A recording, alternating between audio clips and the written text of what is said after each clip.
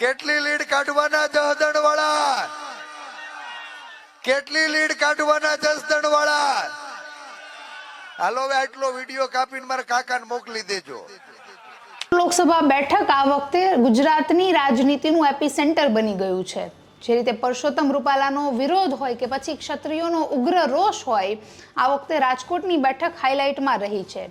તો પરસોત્તમ રૂપાલાને ટક્કર આપવા માટે કોંગ્રેસે પરેશ ધાનાણીને મેદાને ઉતાર્યા છે. તો ધાનાણી પણ તેમના નિવેદનો અને કવિતાઓને કારણે ચર્ચામાં રહેતા હોય છે. ફરી એક વખત એક જાહેર સભાને સંબોધતી વખતે તેઓ કંઈક એવું બોલી બેઠા કે જેનો વિડીયો છે તે ખૂબ જ વાયરલ થઈ રહ્યો છે. નમસ્કાર, આપની સાથે હું છું જાનવી.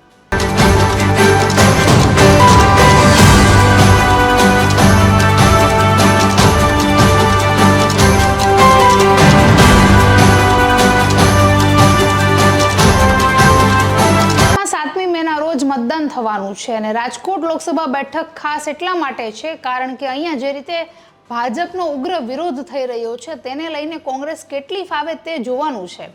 કારણ કે રાજકોટ બેઠક જે છે તે ભાજપનો ગઢ રહી છે. ભાજપનો ગઢ બનાતી જ આ બેઠક પર હવે ભાજપ વિરોધી મતદાન કરવું એ ક્ષત્રિયોએ નિર્ણય લીધો છે. તો આ નિર્ણયમાં હવે કોંગ્રેસ પણ કદાચ બે લોકોની લડાઈમાં ત્રીજો ફાવી શકે તે પ્રકારની ભૂમિકા ભજવી રહી છે. તે માટે તેઓએ પરેશ ધાનાણીને ચૂંટણીના મેદાને ઉતાર્યા છે. પરેશ ધાનાણી જે પણ પ્રચાર કરે તે કંઈક અલગ અંદાજમાં કરતા હોય છે. તેઓ કવિતાના માધ્યમથી લોકોને રીઝવવાનો પ્રયત્ન કરતા હોય છે અને પોતાનો મત છે તે કોંગ્રેસને આપો તે પ્રકારની અપીલ કરતા હોય છે.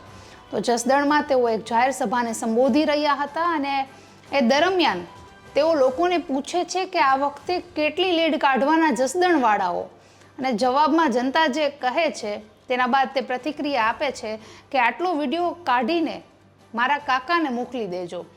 ધાનાણીનો જે વળતો જવાબ હતો તેની જે પ્રતિક્રિયા હતી તેનો વિડીયો હાલ સોશિયલ મીડિયામાં ખૂબ જ વાયરલ થઈ રહ્યો છે.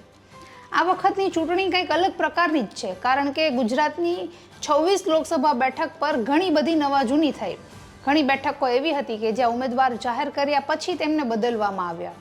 ઘણી બેઠકો એવી હતી કે જ્યાં ઉમેદવારોએ સ્વેચ્છાએ જ પોતાનું ફોર્મ પરત ખેંચ્યું. તો સુરતની લોકસભા બેઠક એવી હતી કે જ્યાં ભાજપના ઉમેદવાર મુકેશ દલાલ બિનહરીફ જાહેર થયા.